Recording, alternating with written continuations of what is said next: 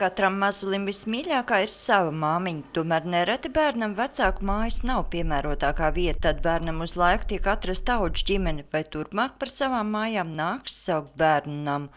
Protams, ir ļoti labi, kad izdodas sakārtot bērniņu dzīvi tā, ka viņam nav jābūt ievietotam nemaz aprūpes centrā, bet varbūt atsevišķas situācijas, kas tiešām nav tik vienkārši atrisināmas.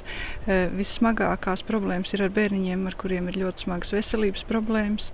Kandavas novadā pirmās audžu ģimenes radās pirms 7 gadiem, un līdz šim pagaidu mājas gādīgā ģimenei izdevies atrast visiem mazuļiem. Sanītas un Edgara paspārnē pašlaik mīt 3 bērniņi. Atšķirībā no aizbildņiem vai bioloģiskiem vecākiem, aprūpējot zīdaiņus, audžu vecākiem bērnu kopšanas atvaļinājums nepienāks, un darba stāžā šis laiks netiek ieskaitīts.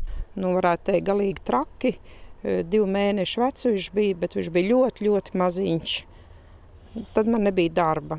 Un tad es viņu paņēmu un tagad jās darbs, un tad mēs tā visu apvienojām, ņēmām uz darbu līdz man atļauj darba devējs. Mēs tikām laimīgi galā, un šis zīdainītis 6 mēnešu vecumā aizgāja uz adopciju latviešu ģimenē. Un tas tā priecē, kad tā. Šitam bērnam mani aukle. Speciālisti, kam ikdienā jārūpējas par pamesto bērnu likteņiem, uzskata, ka šī likuma nepilnība būtu nekavējoties jānovērš, un tad arī audžu ģimeņu būtu vairāk.